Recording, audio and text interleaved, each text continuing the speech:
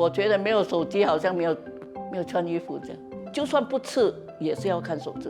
我 go for cataract， 我看你懂我怎么看吗？我盖住一个眼睛，用左眼看。他们坐在那边可以一个听歌，玩 Pokemon Go， 在那边会有like4、5个电话在那边刷。Yes, my son gave me warning. Mommy, how can you download so many games?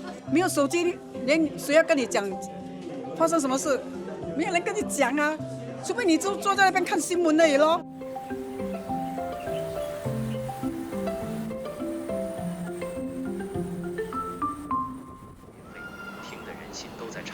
李重莲今年70岁，是一名幼教老师。日常生活手机几乎不离手，平均下来每天的屏幕时间超过10个小时，大部分都用来看视频。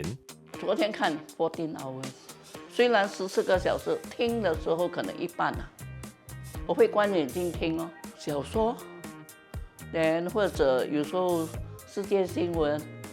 看Sports YouTube 里面有，我会选他的故事。如果我喜欢的，我看了5分钟，我不喜欢我就关掉，换另外一个。居高临下的看着地上的苏曼露。小说有一些是好像伦理的、家庭的、霸道总裁那些的。我虽然年纪大了，我觉得我还是相信爱情。我不会去找一个男人来谈爱情，我看小说就当自己那个女主角就是我。这就很开心的一回事，因为我们 WhatsApp 现在我们都不讲电话的，好像我们做工需要用 WhatsApp， 有时候我们会讲这个孩子今天起来他刮到他自己，我们就拍照。那以后如果他妈妈晚上问，我们就那个照片 send 过去。像李重莲这样高度依赖手机的乐龄人士，在新加坡其实并不少见。现在我觉得好像没有手机好像很辛苦，不像以前，因为手机有很多东西可以看啊，什么东西都可以很方便在手机上可以找到。没有手机，连谁要跟你讲发生什么事，没有人跟你讲啊，除非你就坐在那边看新闻而已咯，对不对？连就是你家里来找你没有手机怎么办 ？Not say you're young guy without a phone, we old men without a phone just come down without a phone, prospect second life. Where all the information is there.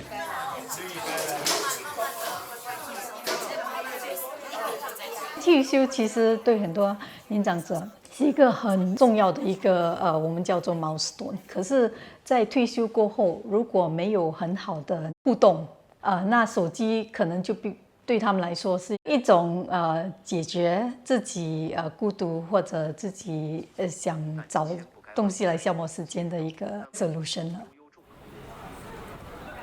研究表明，年长者对手机的依赖其实与他们的生活环境、社交状况以及教育背景都有一定关系。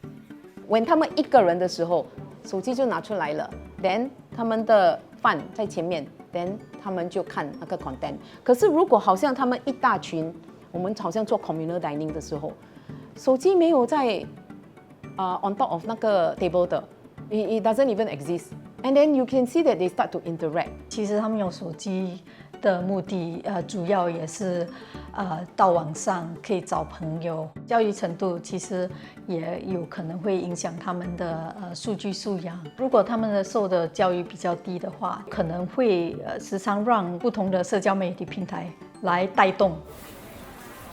随着新加坡社会不断数码化，许多生活琐事都得通过手机完成，这也让年长者对手机更加依赖。如果没有 wallet 不重要，因为我里面我可以用 Pay Now to Pay 的，可是没有手机不可以。有时候好像 book ticket 出国那些我都用，transfer 我也用，跟钱有关系我都会用。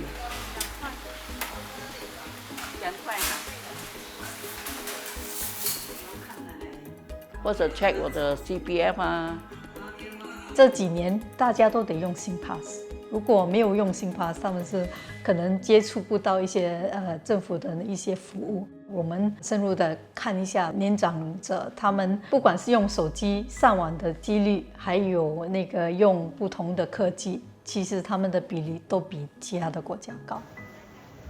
不过，长时间盯着手机屏幕也可能加重乐龄人士的身体负担。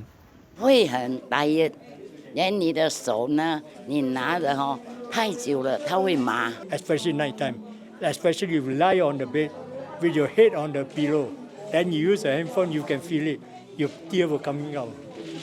Then you go and visit a doctor, doctor will say you use too much handphone already.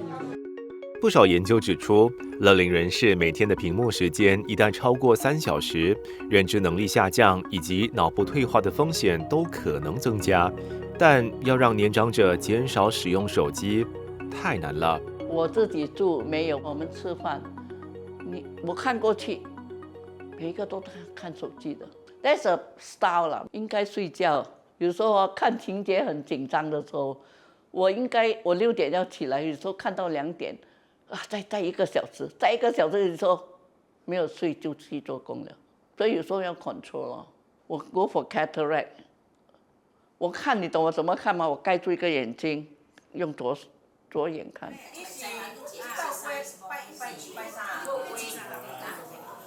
Yes, my son gave me warning. Check, Mommy, how can you download so many games?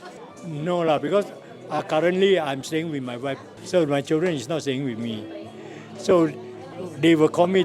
They want me to use the phone because it's easy to contact 24 hours. 没有，因为他们有他们自己的东西要忙他就是有时候我们不懂，一直问他就说，哎呀，你不要一直问啦，你不要乱按，不要乱按了。